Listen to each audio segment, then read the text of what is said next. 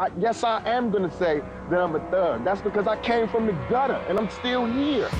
He was a West Coast rapper turned hip-hop superstar who rhymed about thug life. Tupac had throngs of fans in the millions. And kept company with a real-life entourage of gang members. Suge Knight basically became the leader of the mob blood gang in the city of Compton. The intersection of fame and crime leads to the mysterious death of one of music's brightest stars. And news just broke all over the world that this big rapper was dead. The first cop to arrive on the scene recounts Tupac's last harrowing words. Who did this to you? Who did this? And it's up to a determined detective to sort out the truth from the drama. No matter what his gang affiliation was, he's still someone's son. Who killed Tupac Shakur? When you know that the eyes of the world are looking at you, that you try extra hard to solve the case.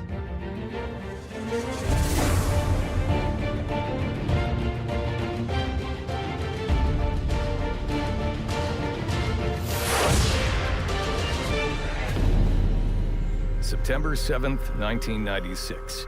It's Saturday night on the busy Las Vegas Strip when police get an emergency call.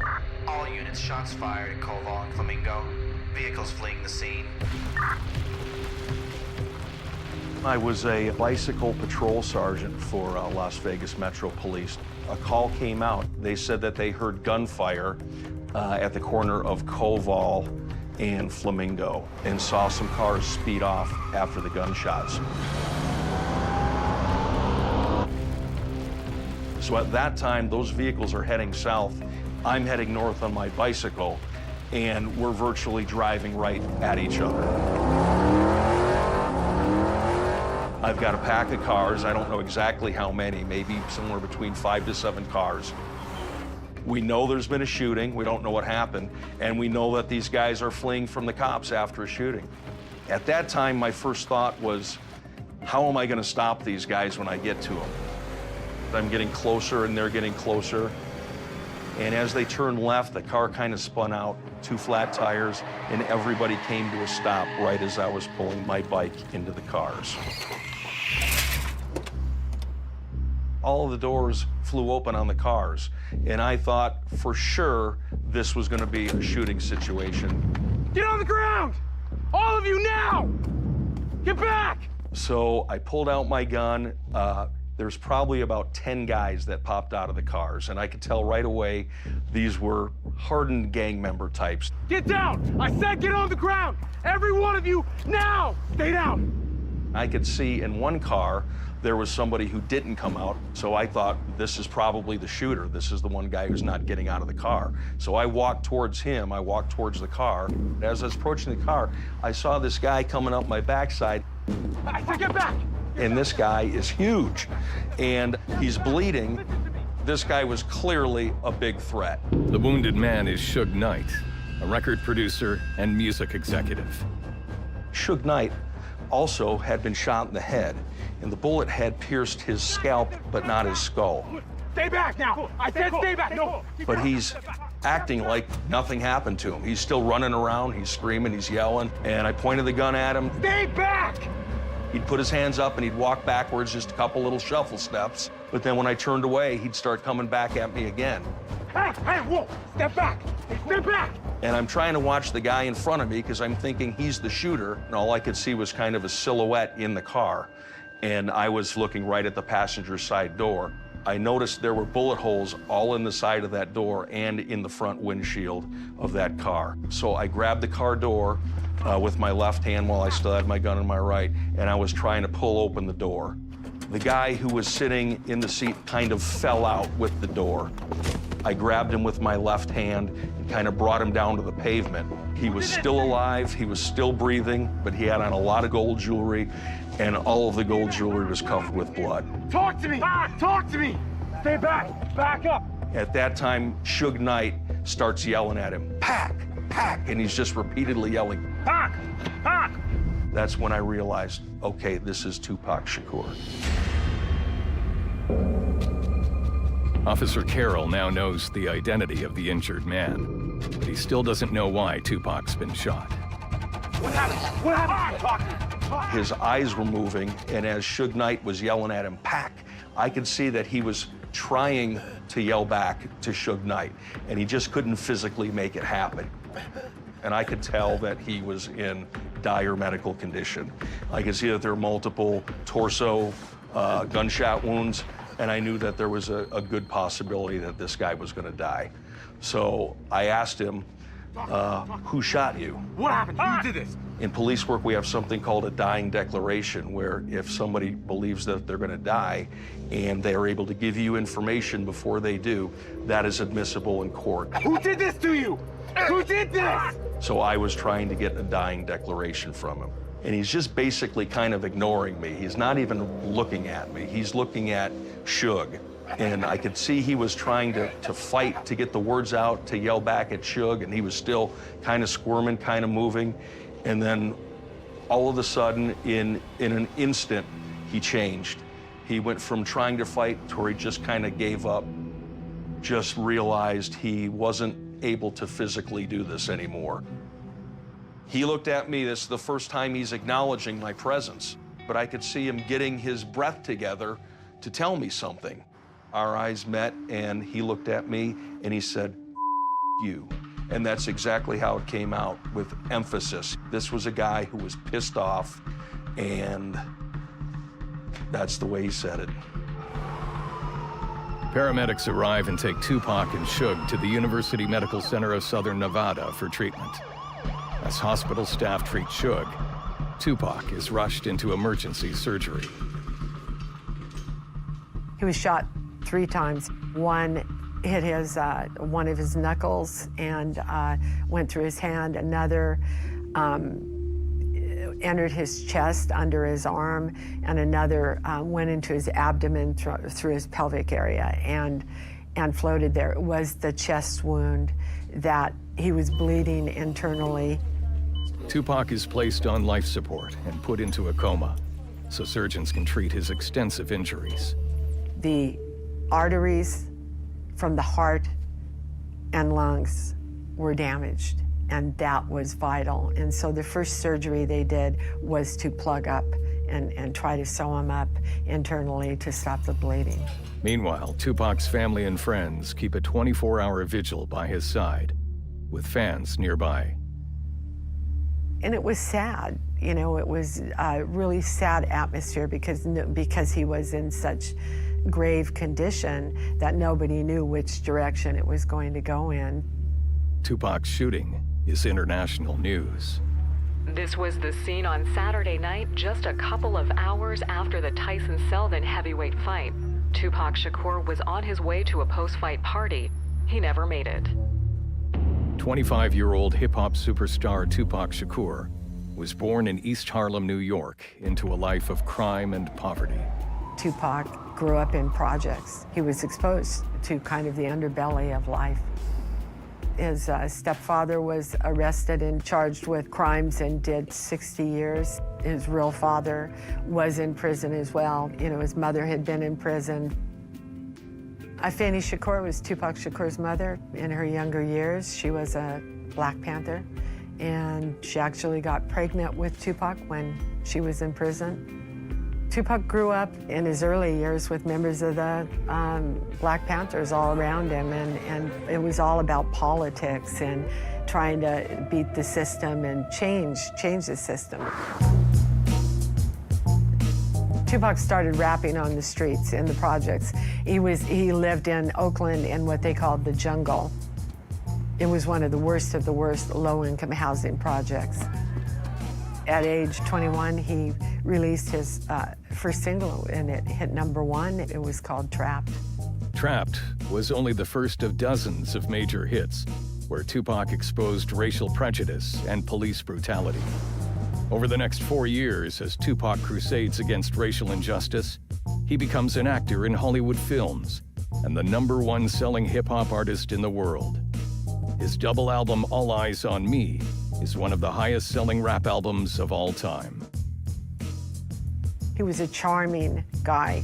He was a handsome, charming, talented guy. His appeal was very broad, more than just African-American hip-hop fans. And I think it's because his music was real. He rapped about what he lived, and it seemed real to people, and they bought into it.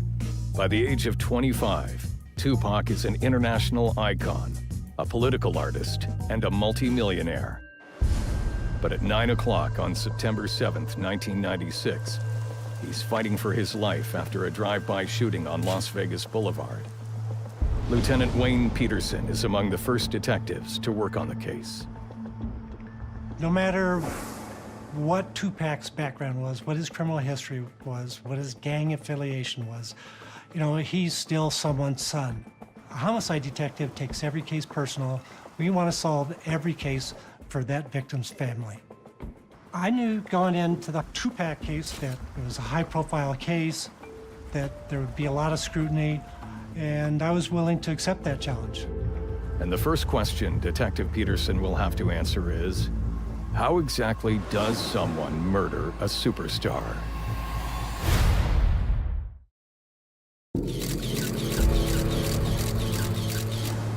In 1996, superstar hip-hop artist Tupac Shakur is one of the best-selling musicians of all time. But on September 7th of that year, he's gunned down in the streets of Las Vegas. Tupac is sent for emergency surgery to stop internal bleeding from multiple gunshot wounds. But he remains unconscious, bleeding heavily into his chest cavity. Then there was another surgery to stop the bleeding. And the only way to do it was to spread his ribs and, you know, cut his ribs and pull one of his lungs out as an effort to try and stop the bleeding. Las Vegas Metropolitan Homicide investigator Wayne Peterson begins to piece together what happened moments before the shooting. We knew, you know, basically what happened. The victims were stopped at the red light at Koval and Flamingo, interacting with a carload of females next to him on the left, when this white Cadillac pulled up on the right side of Suge Knight's car. Some witnesses saw an arm coming out of the back of the Cadillac and numerous shots from the suspect vehicle. The shooter left .40 caliber shell casings in the street, bullet holes in a car door, and almost nothing else. In most drive-by shooting situations, you're lucky just to get a vehicle description. And most of the time, the evidence stays within the vehicle and the suspect vehicle, and it flees, and so nothing's left behind. We were somewhat fortunate that the assailant had put his arm out the window when he was discharging the gun, which caused shell casings to fall onto the ground. Without the murder weapon, bullet casings are of little use to Peterson. We don't know where the weapon is, obviously. If we had a weapon, we could match the ballistic evidence we have. No one on the street saw the shooter's face or plate number, so Peterson hopes the other victim in the car, Suge Knight, can tell him more about who pulled the trigger. We asked Suge Knight to come in and talk to us, give a statement. Unfortunately, we can't make anyone cooperate. He left town back to LA, even though he had a house in Las Vegas. Las Vegas police could not nail him down and interview him. Suge Knight isn't the only witness that won't cooperate. There were up to 20 men in 9 vehicles traveling in Tupac's entourage that night. Not one of them will speak with police.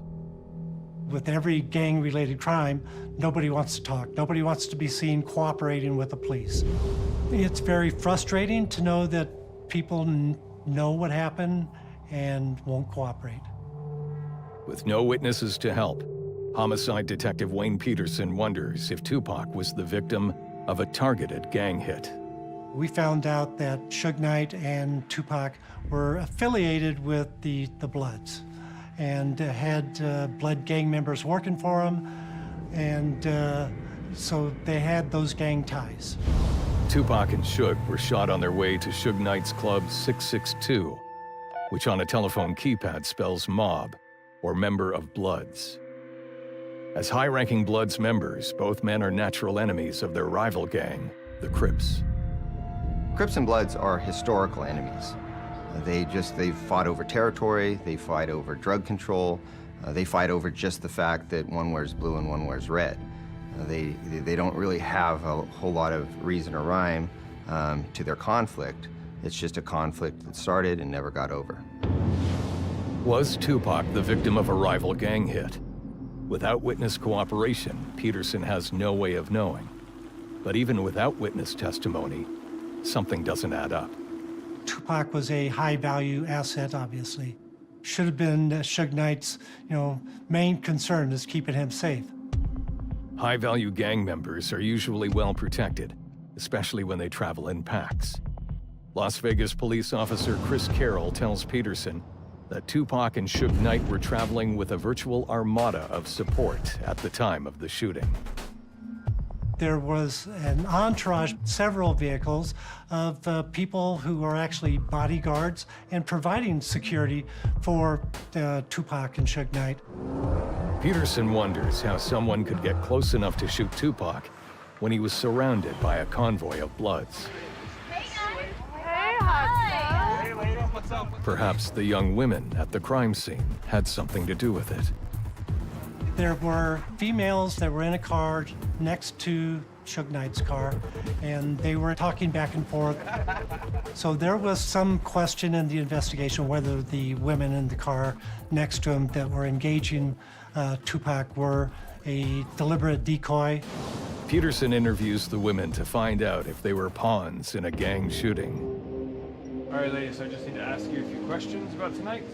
The women tell Peterson they followed Tupac's entourage, then nudged their vehicle to the left of Suge Knight's car. There was some speculation in the media and some people, saying, hey, what were those girls doing there? Oh, take us with you? Absolutely. Did these young women distract Tupac as the shooter pulled up and took aim? Tupac was a womanizer. He was a ladies' man. When he was on tour, he slept his way across the country. So that's why that scenario wasn't necessarily out of the realm of possibility. He had a hard time saying no to women. Las Vegas police run background checks on the women.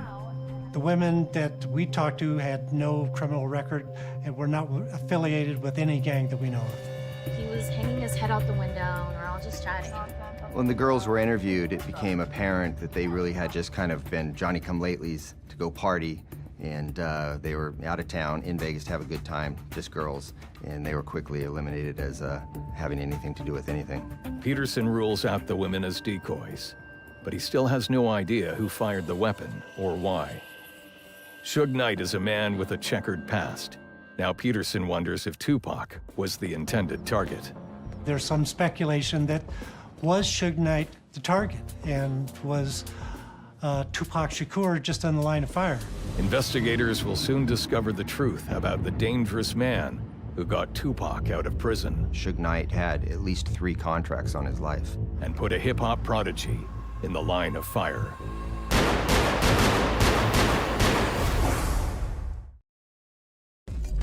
On September 7th, 1996, 25-year-old multimillionaire, racial crusader, and hip-hop sensation Tupac Shakur is on top of the world when he's gunned down in the streets of Las Vegas. 2 days after the shooting, Tupac's survival prospects are bleak. They couldn't control the blood loss. Tupac was not stable. They were unable to stabilize him, and his odds were, I was told at the time by a surgeon, were 1 in 5 of survival. Detective Peterson still doesn't know who shot Tupac. But while ballistics experts confirm the precise trajectory of bullets through the car door, Peterson wonders if the intended target was the man seated next to him, gangster and Death Row Records executive, Suge Knight. We looked at Suge Knight being involved as a victim and a witness, and looked at his criminal record, his background, to see why, someone may have wanted to target him. A towering 6'4" and 300 pounds, Suge Knight is an iconic music industry titan who once played football for the Los Angeles Rams.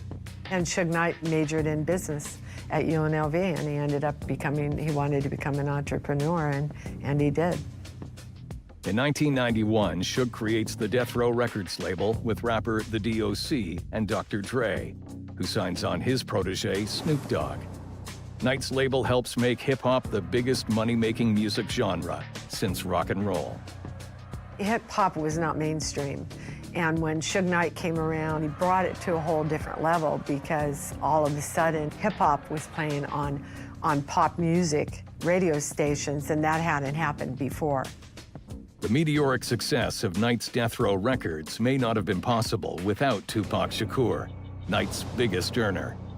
Peterson digs into Suge's past and learns that Knight rescued Tupac from a notoriously violent New York State prison. We had looked into Tupac's criminal history and found out that he had been incarcerated. In 1995, a year before he died, Tupac was convicted of first-degree sexual abuse against a 19-year-old woman. But Tupac was out partying in New York and was at a nightclub and met this girl. And then later, he was in a hotel room, and the girl came with him. Was in the hotel room for a couple of days, and a few days later, she claimed she'd been raped by him, and then he was convicted. But he's always felt that he was set up. The judge sentences Tupac to serve a minimum of 18 months in Clinton Correctional Facility, a maximum security prison known as Little Siberia. Tupac was thrown in with a bunch of hardcore convicted killers. He could have gone to Rikers. Instead, they sent him to hardcore Clinton, and life was not good. You know, when a nice-looking kid comes in, because he was a kid at that point, he was, you know, what, 20, 22, 23 years old, they prey upon new guys who come in, and so he did not feel safe in prison, and it was a very, very hard time for him. Tupac appeals the verdict, but his appeal bond is set at a staggering $1.2 million, more than he can afford. So he remains stuck in Clinton, awaiting his hearing. While Tupac was in Clinton, he just adamantly denied it. There was word on the street that he'd been raped while he was inside Clinton. Record producer Suge Knight sees Tupac's problems as a business opportunity. Suge Knight went into the Clinton prison where Tupac was being held, and he made him an offer he couldn't refuse. Suge Knight approached him and said, "I will bail you out. I will post bond with my attorney if you would do 3 albums with us." And so that was his ticket out of Clinton. Tupac said yes. He probably would have said yes to anything. Knight's brazen move pays off, as one of Tupac's next 3 albums includes All Eyes on Me, which sells more than 9 million copies and makes Suge Knight a music industry powerhouse. Knight becomes so wealthy, he gives $30,000 Death Row Records medallions to all of his star players as a sign of their value to Death Row and Knight's Bloods gang. But extreme wealth doesn't keep Knight out of trouble.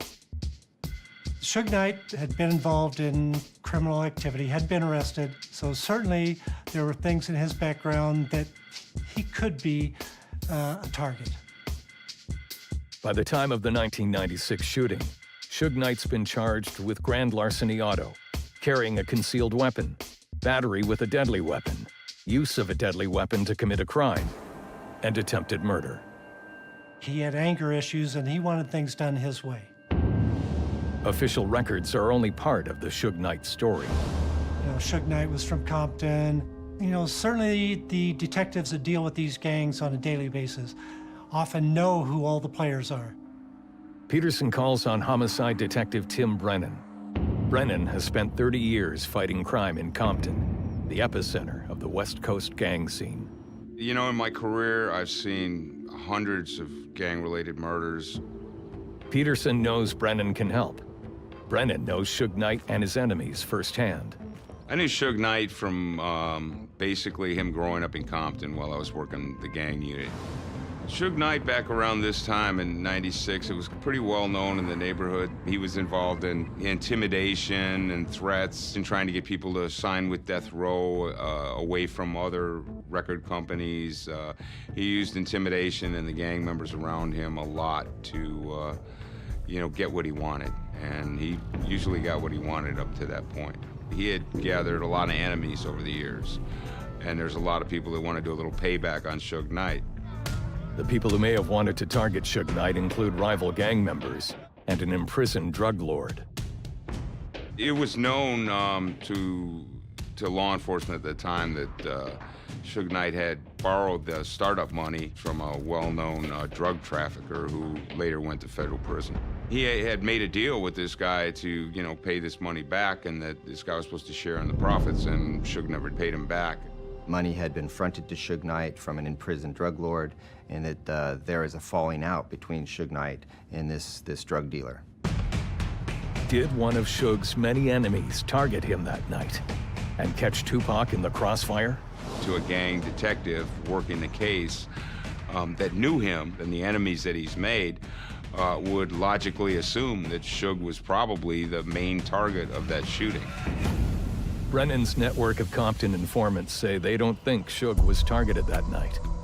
So on September 11th, Wayne Peterson asks Suge Knight himself.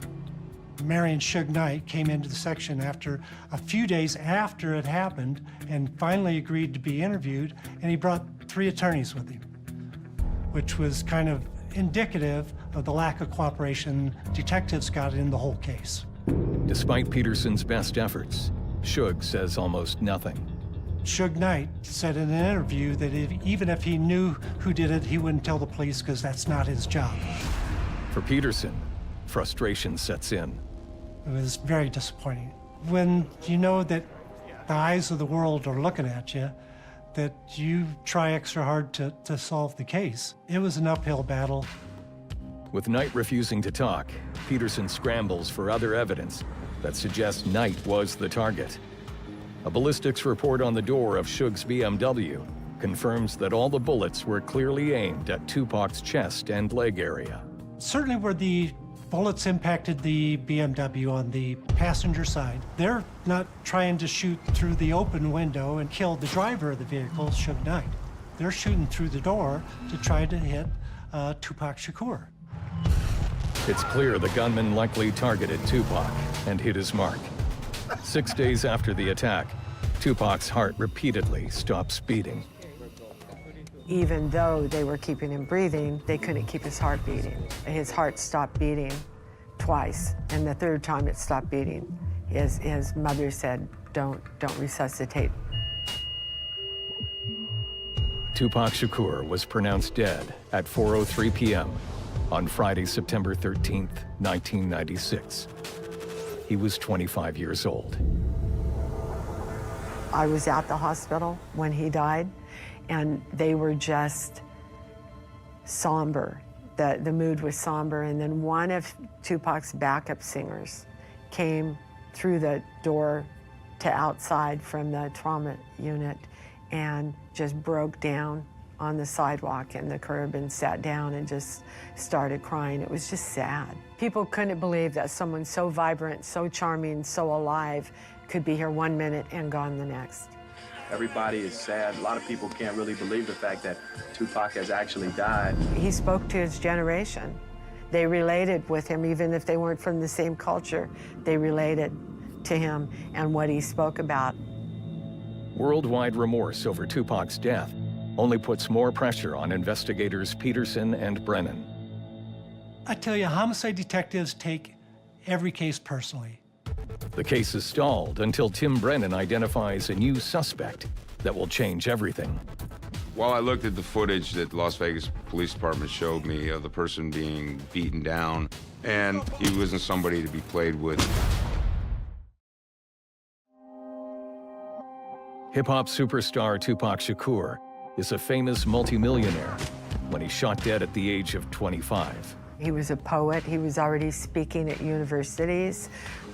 Some called him the next Malcolm X. And I don't think we'll ever know how much he could have peaked. Tupac's burial brings no closure. So far, his brutal murder remains unsolved. But days after Tupac's death, lead Las Vegas homicide detective Wayne Peterson gets a new clue. On my way. We found out that MGM surveillance had this video of Tupac Shakur involved in an altercation. MGM's security cameras capture Tupac in a beatdown after the Mike Tyson-Bruce Seldon fight the night he was shot. We looked at that thinking that could be very significant. Vegas cops know gang conflict spikes on fight night.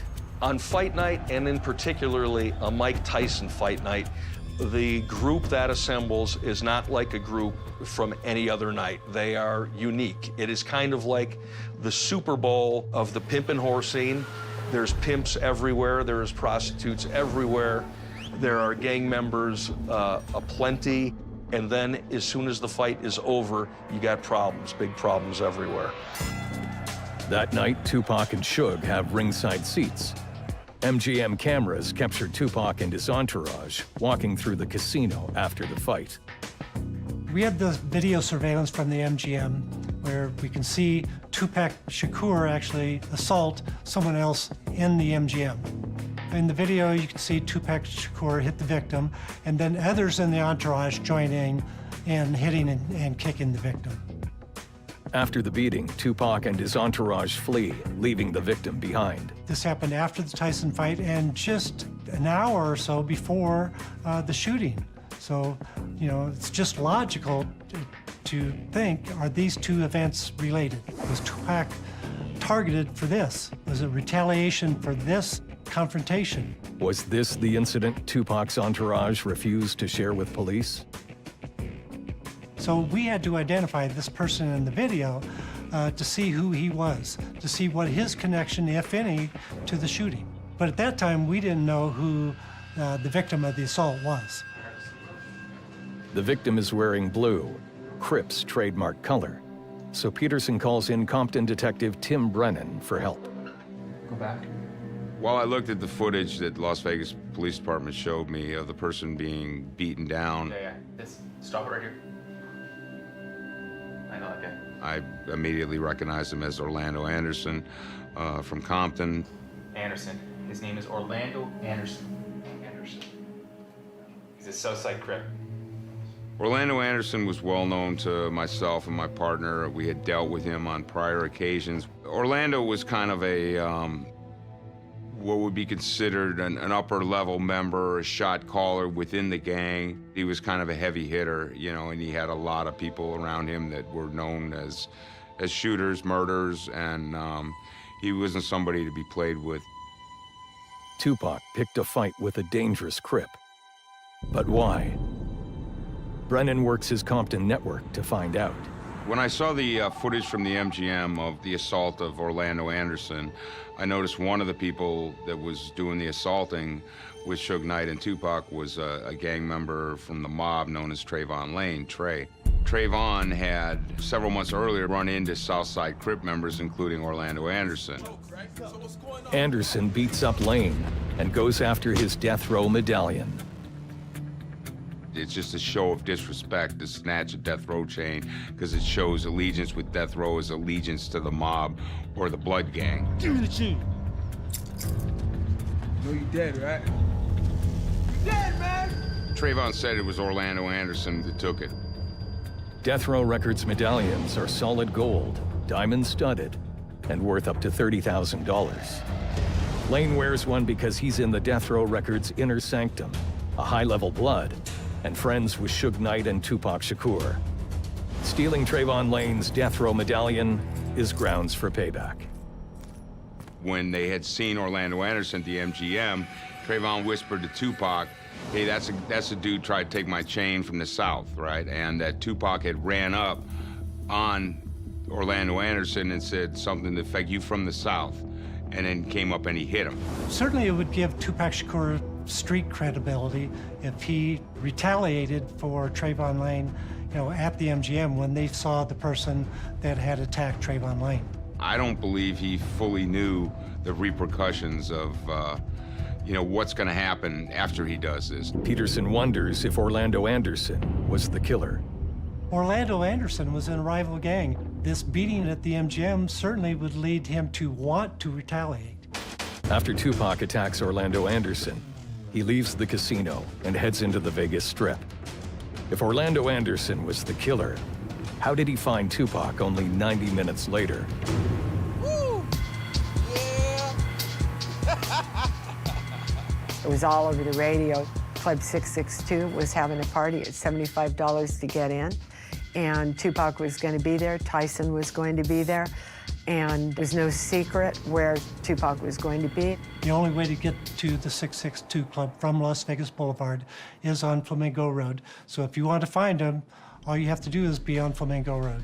With Tupac's fame and Suge's paranoia, how is a killer able to get past their security detail? Suge should have known better. He should have looked out more for him. At the age of 25, Tupac Shakur, rapper, poet, and voice of a generation, is dead. And investigator Wayne Peterson thinks rival gang member Orlando Anderson had a motive to kill him. After the heavyweight fight and the altercation that happened at the MGM, everyone knew that Tupac and Suge were going to the 662 Club on Flamingo Road. Orlando got his crew together and then just headed right over there, trying to catch these guys and give them a little payback.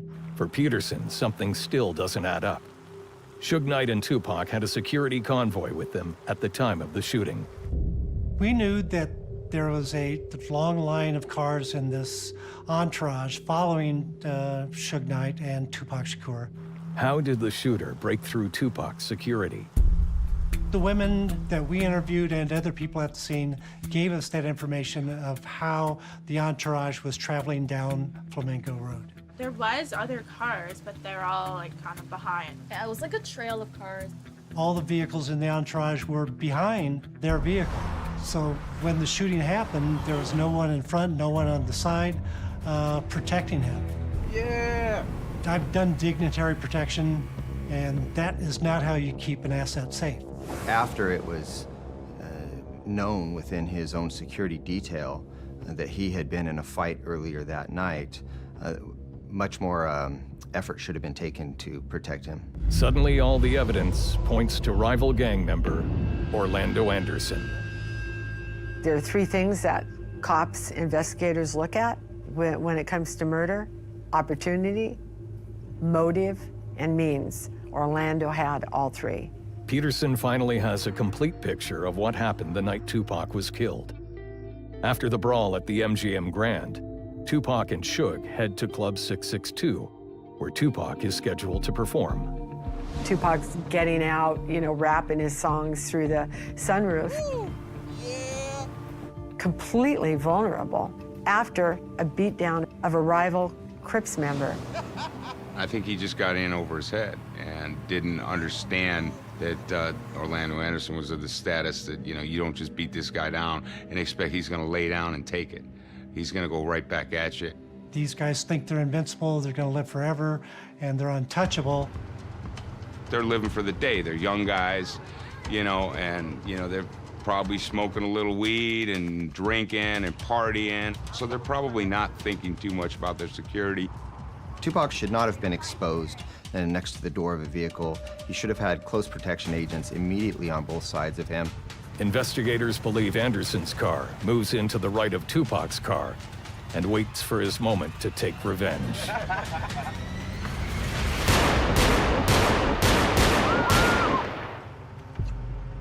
They should have been much more on guard for anybody trying to come up and get a little payback for what they had just done. If Orlando Anderson killed Tupac, Peterson and Brennan need the murder weapon to prove it. Go, go, go, go! We always hope for that chance that maybe somewhere the murder weapon turns up and we can match ballistics. Because if we have the weapon, then we have a way to, go backwards and track it. Investigators need to find the weapon that fired the .40 caliber shells that killed Tupac. To find it, Las Vegas police and Compton police team up for one of the biggest raids in Compton history. Our efforts to try to solve this case included us doing raids at 40 locations that my partner and I prepared, involving about 900 cops. Brennan's targets include Orlando Anderson's house. Police, open up! Do not move! Do not move! Show me your hands! I went in the house along with my partner and we detained him. He had a 9mm gun. Brennan finds other potential evidence in Anderson's house. We saw several weapons, AK-47, shotgun, a Mac-11 pistol, all at the location. And then there was a box of .40 caliber rounds, and I was aware that a .40 caliber Glock was used in the murder of Tupac Shakur. Brennan has questions for Orlando Anderson. I did the interview with him, and then asked him what happened in Las Vegas. Tupac beat you down at the MGM? Yeah? He admitted that he was in Las Vegas and that he had been there for the fight and was beaten down by Suge and Tupac and other members of the mob. He would not admit to being involved in the shooting of Tupac and Suge Knight at that time. Did you go for a little payback on that? No, sir. Brennan asks about the .40 caliber shells. 40 cal. Never seen those before, man. Let's get him out of here. Stand up, Orlando. Come on. When we arrested Orlando Anderson, I mean, he was a convicted felon. We brought him in for the gun. You know, that's another charge. He's not supposed to have a gun. Anderson is arrested for violating his parole, but he's soon released. We had to let him go. The .40 caliber shells Brennan found at Orlando's house don't match the casings at the Tupac crime scene. They were a different brand than the box of rounds that we had. Nor can any of the weapons found during the raids be linked to the Tupac murder. We did not recover any bullets or guns that were related to specifically the Tupac case. It's anybody's guess where the murder weapon may be. You know, smart criminal, of course, would have gotten rid of it, but criminals aren't always smart. But also, the gun that killed Tupac Shakur would be a huge trophy, so this gun could be anywhere. For 2 years after Tupac's death, Brennan keeps looking for proof Orlando committed the murder. I don't give up on murders. That's a case that's never closed until there is some form of justice brought on the case. In 1998, Brennan sees Orlando Anderson one last time. About 2 years after this murder of Tupac, my partner and I were coming out of the back lot of the Compton police station, and we heard a barrage of gunshots going off. We immediately started driving towards the gunshots, and when I got there, I noticed that there were 4 people shot, and one of them I recognized was Orlando Anderson. He was shot in the chest. Orlando Anderson was shot dead by rival Bloods gang members at a car wash, May 29, 1998, almost 2 years after Tupac was killed. Orlando Anderson basically died in a drug deal gone bad. It was just a shootout back and forth and had nothing to do with the Tupac case. After years of trying to bring him to justice for Tupac's death, Brennan watches Orlando Anderson in his final moments. I was one of the last people to see Orlando Anderson alive when he was taking his last breaths at the scene, and I just had a lot of thoughts thinking about, man, this is how it ends. I don't really believe justice was served, and I guess it's just what goes around comes around. For Peterson, Tupac died the way he lived. Tupac Shakur sings about gang life and crime, so, you know, he had thug life tattooed across his stomach, so that's the lifestyle he lived. Live by the sword, die by the sword. The media offers endless conspiracy theories about who was behind the Tupac shooting, from rival rappers Biggie Smalls and Sean Combs to claims Tupac faked his own death. Everybody wants to grasp that this icon of music couldn't have gotten killed over just some stupid gang stuff. People don't want to accept, you know, the obvious sometimes. The experts who investigated the case all have the same opinion on who killed Tupac Shakur. Tupac Shakur was shot and killed by Orlando Anderson. Orlando Anderson was responsible for the shooting of Tupac. In spite of the experts' belief that Orlando Anderson was the killer, Tupac's murder remains officially unsolved. The case is still an open investigation, an unsolved homicide, and my personal belief is it will always remain an unsolved homicide.